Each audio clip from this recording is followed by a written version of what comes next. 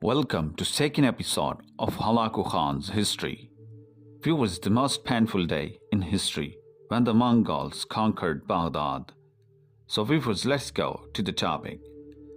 After defeating the assassins, Halaku Khan sent a letter to Al-Mustasim requesting his acquiescence to the condition imposed by Mongols. Viewers, Al-Mustasim refused mainly due to the influence of his advisor and Grand Vizier Ibn al-Kami. Historians believe al-Kami's opposition to submission had a variety of motives, including treachery and incompetence. In any case, he seems to have misled the Caliph as to the seriousness of the invasion and assured al-Mustasim that if the Caliphate's capital was in danger from the Mongol forces, the Islamic world would come to its aid. Viewers, he responded to Halaku's request in a manner that the Mongol military commander deemed sufficiently threatening and aggressive to break off negotiations. And al-Mustasim sent a request for reinforcements to the troops at his disposal in Baghdad. Viewers, he neglected to muster an army. He did not strengthen the city walls. By January 11, the Mongol army had approached the city, encamping on both banks of the Tigris River and sandwiching it between them. Al-Mustasim finally decided to fight them and sent a cavalry force of 20,000 horses to attack the Mongol army. The cavalry was decisively defeated by the Mongol army, and the Mongol engineers broke through the embankment along the Tigris River, flooding the ground behind the Abbasid army and trapping the Mongols. Siege of the city. The Abbasid Caliph is said to have assembled 50,000 soldiers, including 20,000 horsemen, under the command of al-Mustasim, to defend the capital. However, these troops had been assembled in a hurry and were poorly equipped and poorly disciplined, although the Caliph technically had the power to summon soldiers from other Islamic empires to defend the territory. Viewers, he either neglected or lacked the ability to do so. His mocking opponents had lost Mamluk loyalty from him, and the Syrian chieftains he had supported were busy preparing their own defense on January 29. So viewers, Mongolian forces began a siege of Baghdad, building fences and ditches around the city. Mongolian forces attempted to breach the city walls using siege engines and catapults, and by February 5, they had captured a significant portion of defenses. Realizing that his forces had little chance of retaking the walls, al-Mustasim attempted to enter into negotiations with Halaku, but Halaku rejected the Caliph. Approximately 3,000 prominent figures in Baghdad also tried to negotiate with Halaku Khan, but were killed 5 days later.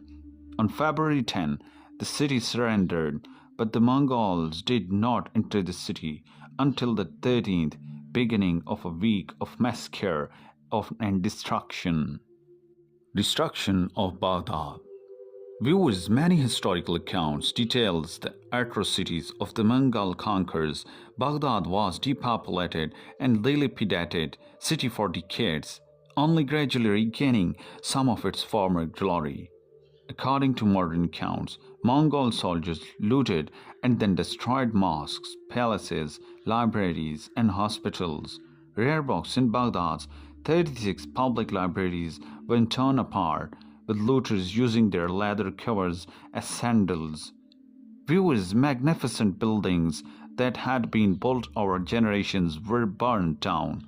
The House of Wisdom, Baghdad Grand Library, which contained countless valuable historical documents and books on everything from medicine to astronomy, was destroyed.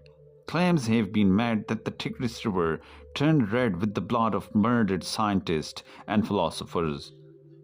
The image of violence against the book appears in his 14th century.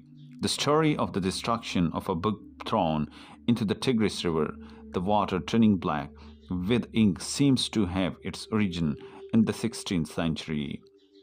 Viewers Mitchell Barron argues that the story was likely a literary metaphor to demonstrate Mongol barbarity. The residents tried to escape, but they were stopped by Mongol soldiers and killed in large numbers. Even the children were not spared. Martin Sicker writes that close to 90,000 people may have died.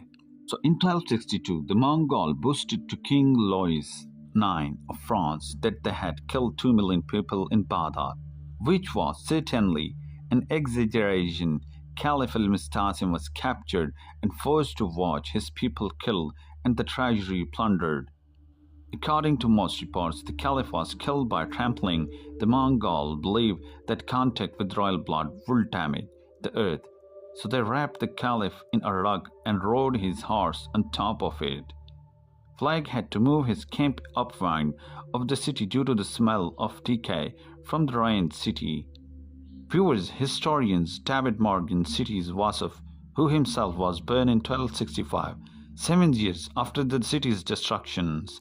Account of the destructions like a hungry falcon attacking a flock of pigeons or a ferocious wolf attacking a sheep. They swept through the city with loose reins and shameless faces, committing murder and spreading terror. Golden beds and cushions encrusted with jewels were torn to pieces. Knives tore them apart and tore them to the shreds. Those hiding behind the wall of great harem were dragged through the streets and alleys. Each became a toy. The population died at the hands of invaders. Viewers, historians question the vehemently anti-Mongol medieval sources. For example, Mr. George Lyon said that the Great Library was destroyed because the learned members of the Mongol military command, such as Nasr al-Din Tusi, would not have allowed it, and disease was the main cause of death. I suspect that it is. According to primary sources, Tusi saved thousands of books and places them in a building in Miraj. Aftermath. Hulagu Khan left 3,000 Mongol soldiers to rebuild Baghdad. Atamalik Juwaini was appointed governor of Baghdad, Lower Mesopotamia, and Khuzestan after Gau Khan returned to the Yuan dynasty, assisted Kublai in his conquest of Song dynasty. Hulagu's Eastern Christian wife, Turkus Khatun, successfully intervened to save the lives of Baghdad's Christian residents. Viewers, Hulagu offered the royal palaces to Mar Makiha, a Nestorian Catholic, and ordered a cathedral to be built for him. Initially, the fall of Baghdad shocked the entire Islamic world.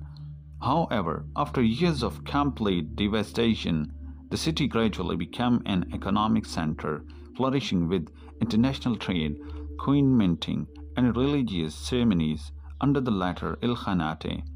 Later, the Mongol chief Dargachi was stationed in the city. Genghis Khan, grandson Baqi Khan, who converted to Islam in 1252, was furious that Hulagu had destroyed Baghdad. Muslim historians Rashid ad-Din Hamadani quoted Baqi Khan as having sent the following message to Monkey Khan in protest of the Baghdad attack, without knowing the monkey had died in China.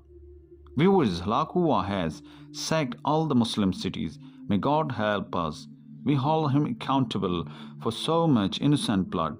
At first, he was reluctant to go to war with Hulagu, who was from the Mongol Brotherhood, but considering the economic situation of the Golden Horde, he declared war against the Ilkhanate. This became known as the Berg-Halag War. That's it. In our upcoming video, we will tell you more about the history of world. So stay with us and subscribe to our channel.